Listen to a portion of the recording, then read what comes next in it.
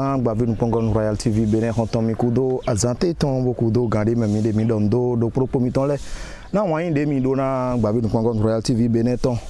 bo azan le poji mi no to nu wa mi ton le pon pataki yon zangbele bi mi ono te pon nu wa mi ton de yan aziza hoton mi no don se ko aziza hansino ma vle bloto atin pa to ya mo gbe okun pla aziza mi no iye bo no montin bon mi no di ayida ina de ku mi ton le gbe be mi o so se wa te ton kan bodo dada dagbe do popo mi gbona ni do wi de khiami dada na mi de bon mi de jogun wa dia so nte mo mi jogun mi do mi de khiami de mi pon do Royal TV benele nye no yo mi do adonde crème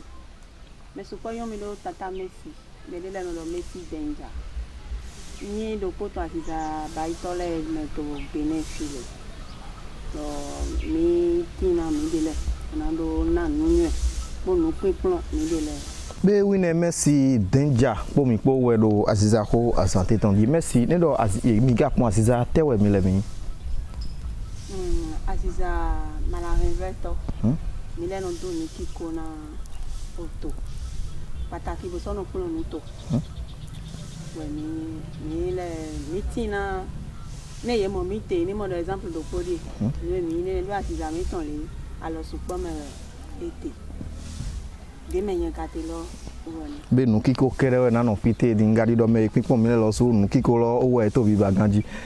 ne mi ga be gbon bo ato Messi danger yin dote dem be gbon mo to Messi danger yi son pe vi gbon wona do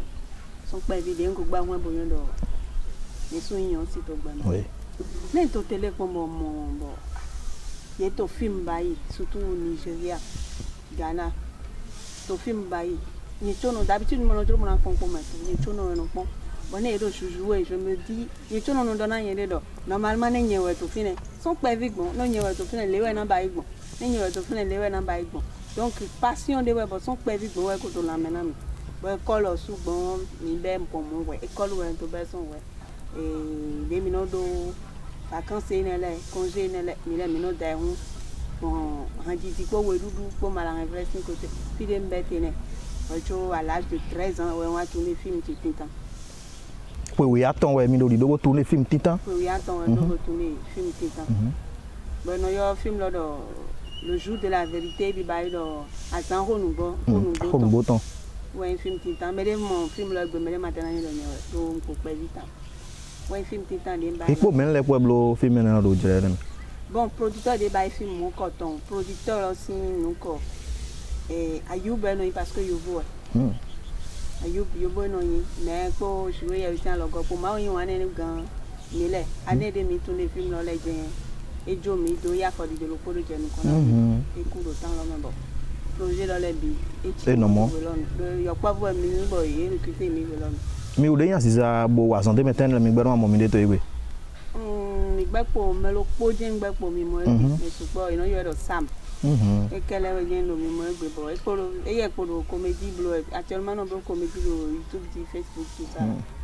donc mi me awe ne le je we ko lo azon lo no mi gara pon o mi wa son he me de vo mi osu mi wa je mi de so akavi eden godo bi so wa son he gbeto de vo lebro ene godo wa son he gbeto de vo le onye sun ka so ba ichi titi le po men le po mi po wa son lo den sin godo ene sin godo da aziza mi ton bene ton de million le mi na mo le fam ye ede me madame Padonu 2 millions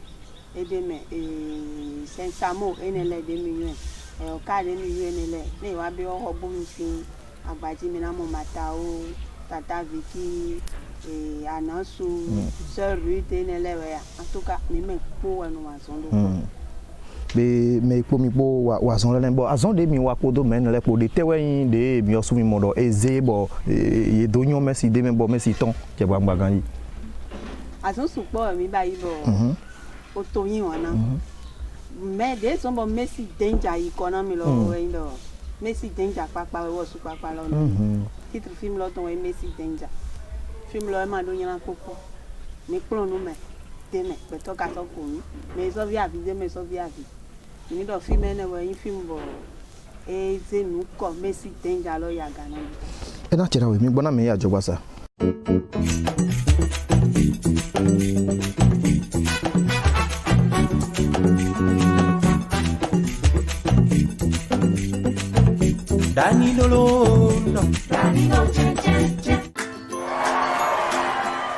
Elle est une ville et une commune du sud du Bénin, rattachée au département de l'Atlantique. Mesdames et messieurs, amis internautes de Royal TV Bénin, bienvenue à Alada.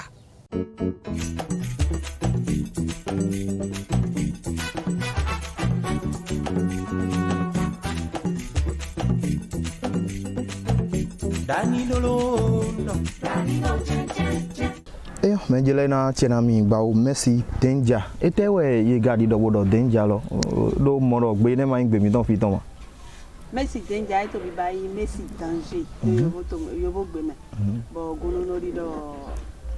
Messi nyalan kan tombe a yin la flenta o vampire yo manya azon de zemi do ma wa do ason lo me we mbayi do ason lo me nhetu nhume njajo amo manyo ne le de pepe bayi mele garan do no ye zina men do o mana envle me bo blo lo ye yin lo blo to ka vi yin wa lo we zon bo ye no zina me e me mo lala ayo no e yodo aziza nde we bo no wa meji bone gan lo ko bo aziza do chiwe nu bo e ma do nde na do ani bayi fi ente fini aziza ji wa na be no ele po dran nganje me fi aziza we ngambe wo zo fi di beto anote ya ayo anje fe beto anote ya eno joma eno jopo gege ngamba itaru no ye kan do ma wume e mo moronku no ne mi no ku e me ne bi na ko moronku ene le ko ai hu e ko nu pin to po we yen le mi o supa pa si azon de mi wa na bi azon agban ho na bi mo mi o de ton na mi o supa pa si azon ko lo mo ma agban ho ti de ko ton ja le ji le awe we wa ton lo va ho aton lo va ho awe o ton ayi de ton tintan lo we lo Messi danger awe golo lo titan de ton lo yo lo Messi danger awe go le no de ton bobo de go en nu to tinti awe go lo men jere ntam nu ja no jere do bo jere lo pe de mi apon bo ma jere nu pe jere pe de mi apon do ne pe de mi mo ten wo ko ni ya ka do fene bi bo do ami de mi asute bo promet fidélité am bo do yo ye tono we me de ma so tin bo eje so bo nlile bo amodo asodo me de bo ti so nyana yon Messi wado TV na empoisonné avec na ye garan wa nde ma yon me ma na ba yon de vo de ma yon me ma nye ngamba sun de vo ma yon me ma o ga do ndo ko ma ma do ete e do si ma be sun le mi he mi na wa ni amo yon do a che na do po be mo ma o do de anyo po ndo je ko fine lo ye mo lo idon ami ye mo lo idon pari pari mo lo yon yine le ma yon yina mi le su mo je ma yon yine e blo do sun ma do jiro je bo na do yon wa we mo do ade de ma mi no ba yi ma bo no ku mi le si don mo mi le ma si gan bayi do mi no do de o do bibeli me do nyon sun si do je ona da se awe amo o ko de go cha Messi danger na che awe gba o be agban ko ya ton we de va ho ni mo ado no na ton me e te ka wa yan wo ve de mi no mo do agban ko di de ton lo me awo ve de me supo awo ve de agban ho de ton me e supo tra la bo gege we yin do titan we agban ho de ton le alogo when titan do akwewe no yiva ho do fini bonde no ton amo poto mi ton me de mi te fipo alogo de matin ye me yan tislo we na da bo na bi bo so nyala ye so na so de toji ma so do mi je si sagbe tubo mi na de agban we lo poton awu ve de gbeto no mo de me do tun na joro ma da ehun we o to we an ple na san do poro pe we gba we no yan san ton bo to we le pona no ji we me na dun me wa son funa iko to muna iwe bo tubo agban we lo bi o si jo ye po mo to po na so ado do ton afo po mo to po awa do de mi ja do duplicata mi na do jakat mi na do nde akwekele we yen le po papata me alogo lo mo ti mi o yon le ga no ya o mo alogo be sun le no do ma mi le na so alogo ho do e mo Messi danger tele papa de ari friend yan so alogo ho do o ho su bo jo ho ya do ne do mi o me yon sile mi no ya o mo alogo amo egbedi de ado yo de we do aziza ye mo considérer parce que kono mo do nu yan aziza mi o me yon sile de yo mi do aziza le mi mo ancien fi do po nu egbeto le no le lo mi gune e ka no jero mo nu gba nu egbeto le on do lo yon si de ko yon si bodo de tele ason wa bo yan aziza bo mi wi wa mo si do na no ye de lo go mo ye yon si lo ado na na si de we we ye ni do nu ko lo na we amo ye ni ma mo do mo ye no do we bo mi no si we nyenyo lo nyama to mo nka so yin lo gbe che le ma so to mo to ye na do do mi go be masin we boy do kin kan do mi waziza de yon le o e no ajo vlavo mi no se bo ye no yi sun de le de yon ayin yon bo sun de vlavo we po we na do mi na logo na we yo so na bi on de dandan e ne mo jo ko e su po gbo e no jo po mi so ko e su po trala gbe no do me ta un lo yo bo gbe no do me mo lo karo fu dona we an ze nde jo bo na yi nde na we amo kakati na do je no se jo gbe nje gbe ndo agbasa che we ma ti ya che ndo aton no va odi ai ha mejenti was one aziza mo no tero ndo pogo bona ndo aziza zon lo we mi na wa kaka so yi ato ene bayi an so din de ro devo mo na so bi ba mo na yen do je ke de ena sutana de aso tron de o suna sutana de ni an do nku tutu mi meyan si lo le agbasa mi ton mo ma do ko supo mi yon no do e blodo do zima do mi le mi teje fili bo yin alogo ko we bo ye do mo je na igbon mi no gbe ha pro e mi na igbon mo me ga no me no huwa mo nko le ndagbe we bo e do bloa e me nu dagbe bo do bi bayi do aziza ro podo te aziza ma do sale aziza e ma do sufu fo kwa bo e no ne alogo we yan aziza de do te mi o me de yo do aziza bi na eyan do nu bi bi o mi ton we gbogbo to de ete boyan de mi do alonu lo bo mu aziza eyan do fi de ete nde to ego son do ya gale po papata alogo we gbo do na go alona aziza amo me de no ze do no mo do je ke du che ma du to we but you na go alona we na do eyo nde we adona sejo cho bo mi na sejo na yesu ezombo ma bi o ye to gan yi ko e me do mi o menyon si kabi sun si bo mi mo do aziza we yin mi nu plan to to we yin mi but to mi ton si nu kon yi di mi te mi o me de do bo si gan go alona mi le mi go alona mi bo e me ndo mi na do ze nde wa bo ayi nde mi go alona mi e na chena we mi gbona mi ni pon oye mana envle ton merci ton ibole ko anga tan ndo mi kankano asuto igwemo ai ga tan mi kankano be to de bayi nu eye mo bayi e je do ni dossier amelo nu e nu kun meton mo mo su e ni dossier nyama le gbede do asunye to so gan yi po nyon si de vopo ni shame mimo nde juro mi ni bayi na suji so mo mi ma wi ro ma wi na mi ro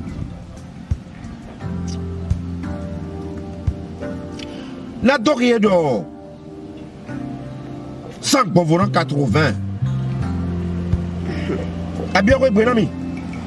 na de witon mo de do ani bi ko gbenami mene fo angbe jibu je wi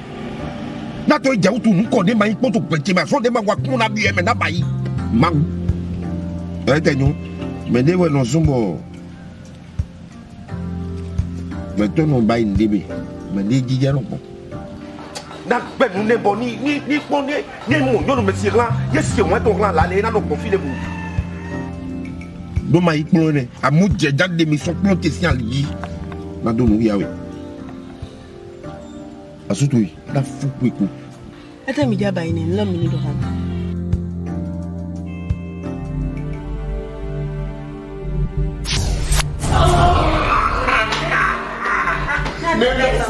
Merci. Ça m'a donné mon ami. Il a fait bon donner un mot. C'était un dîner où il a fait bon donner un tout le monde va arrêter ça. Non, il fait quoi quand on dit c'est trop parti avec ce que tu as fait.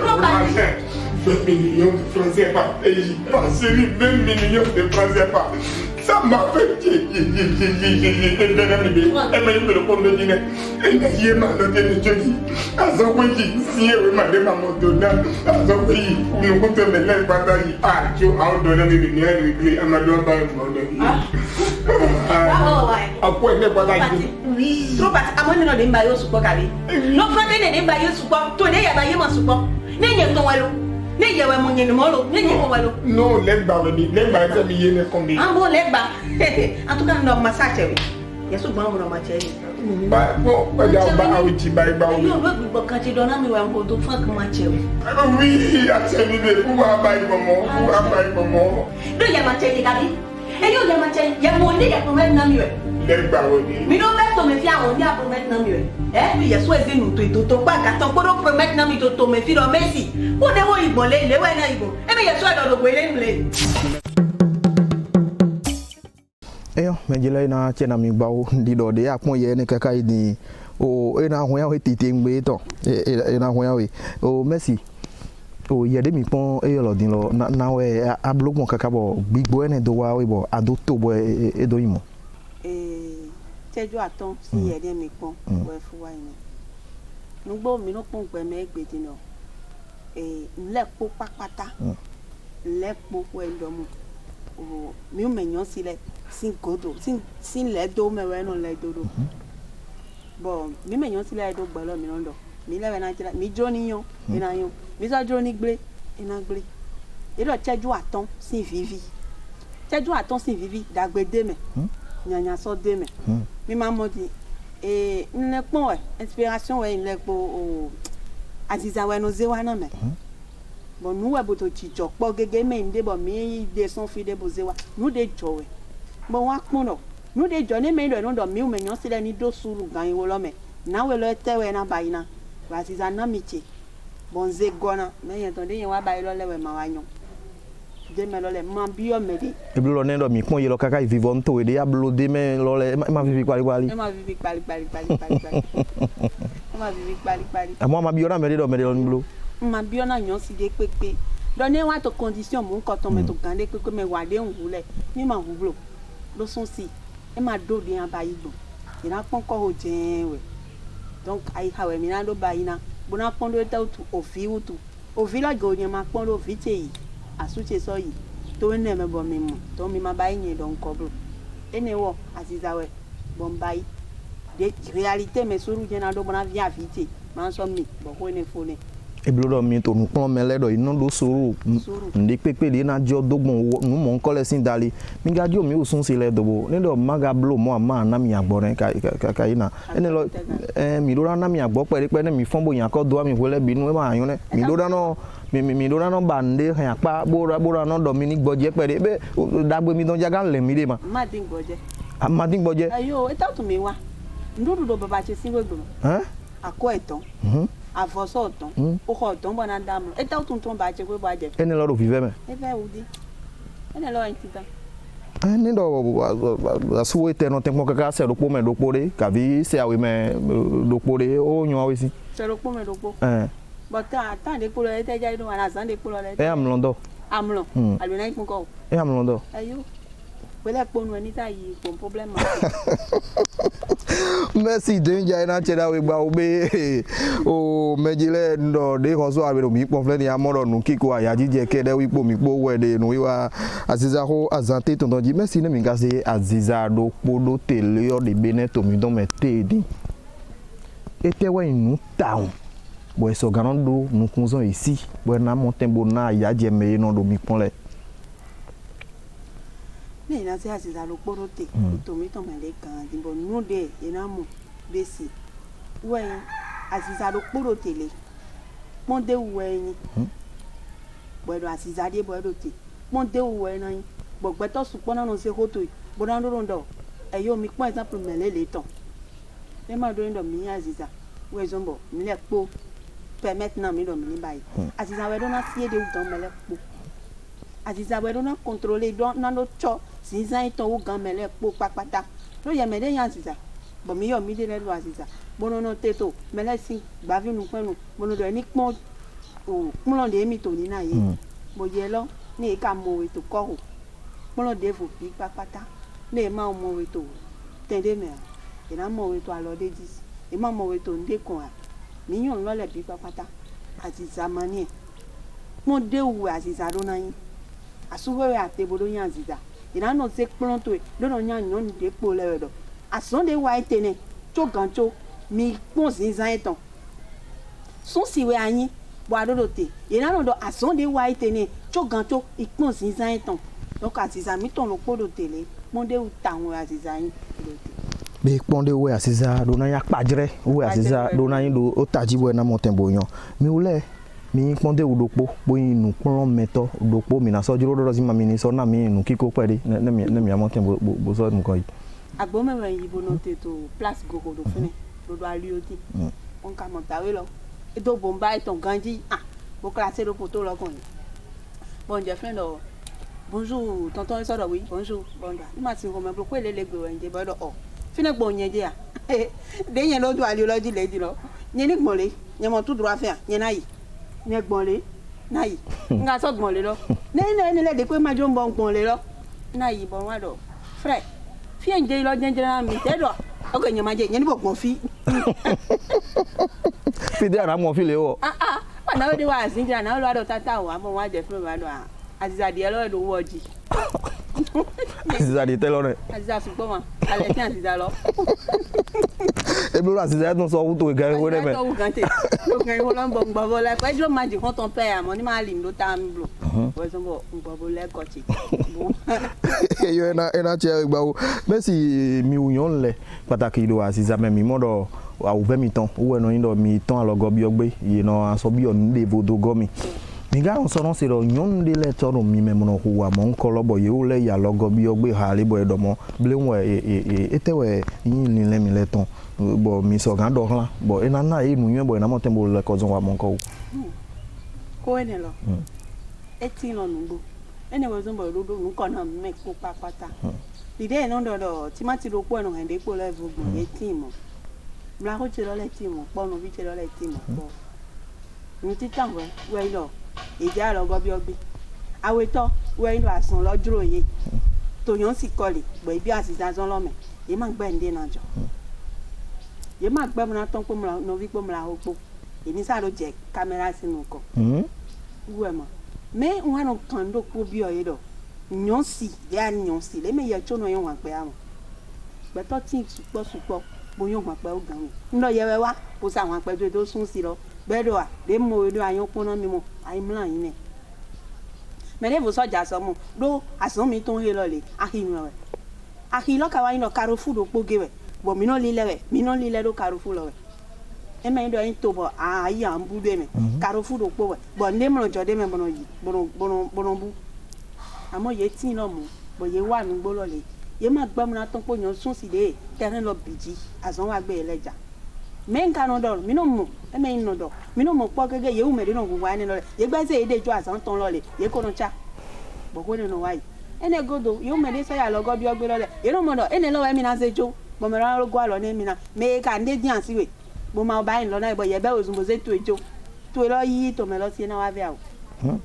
ye na du to we ye ma na gwa lo na we do ye o be ozun bo se de we jo ni asa de we pocho ye na ho pocho no eton to asi we au vete mi gano mo do mo asumi ton lesin dali do ena ve ona son le ni igbe na se mi ton ni do mi do Aziza yi au ve lo supo au ve ne wo supo ta un so we asu sin dali asu si famille no agona do ko lo we ni do je mi le lo mo no alo ji pon mi mo asu lo le no wa o awi mo asu lo le to no wu gan ne ye de do chance bo to e don ye gbe je we bo te do confiance na we je we pẹ́ẹ́nu ẹnu fẹ́ àwọn pẹ̀lú ibọ̀ pẹ́ẹ́nu ló ń fọ ẹ lọ ló ní wọ́n tẹ yí gbèbóré náà àti èmi tán wẹ́mi tó confiance ní famille tán lẹ̀ hàn tán lẹ̀ ilé ẹ̀nu títí ẹ tẹ́ ẹ̀yẹ tán màgà yí gbé náà ẹ tẹ́ mẹ́rin yà ẹ tẹ́ mẹ́rin mẹ́rin dọ́hùn dẹ́jẹ́ mi àhò mẹ́sùn yàn ń lọlẹ̀ dẹ́jẹ́ mi ló ń kó náà máa kó náà dé náà comprendre mi jẹnu kan mi tán sẹ́ tó. be o ko lo ne po ete we mi gado lin le ton klanu kan do mo Aziza sin dali dọ́gbọ̀n Aziza sin dali mi tó fi bẹ̀ pòun lọ jẹ́ pé siwe ya ni gwa lo na mi supo siwe ya ni gwa lo na mi supo do an do nu ko lo le gbe na mo anton gbe na to apato edo cho mo anto afoso e na to apato edo cho po keke cruisa na yo nto mi ve gouvernement to mi tonton bo ve ye o me nu kono to a lo le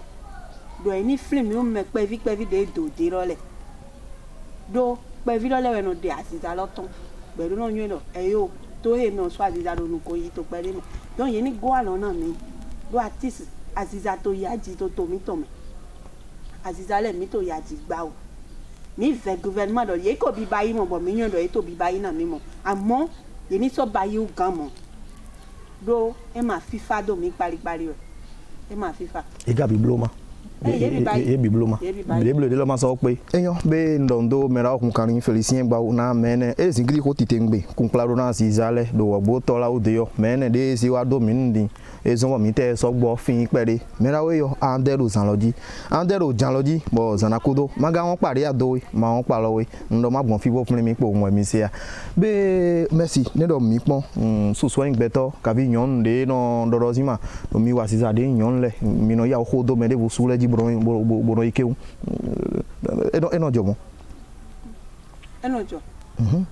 enojo suko e wa zo mo le nja do ho tu ta le de nja do ho zan de ti nlolo aziza pon de wo eyin do e ma do nde bo mi no ba iro nuglo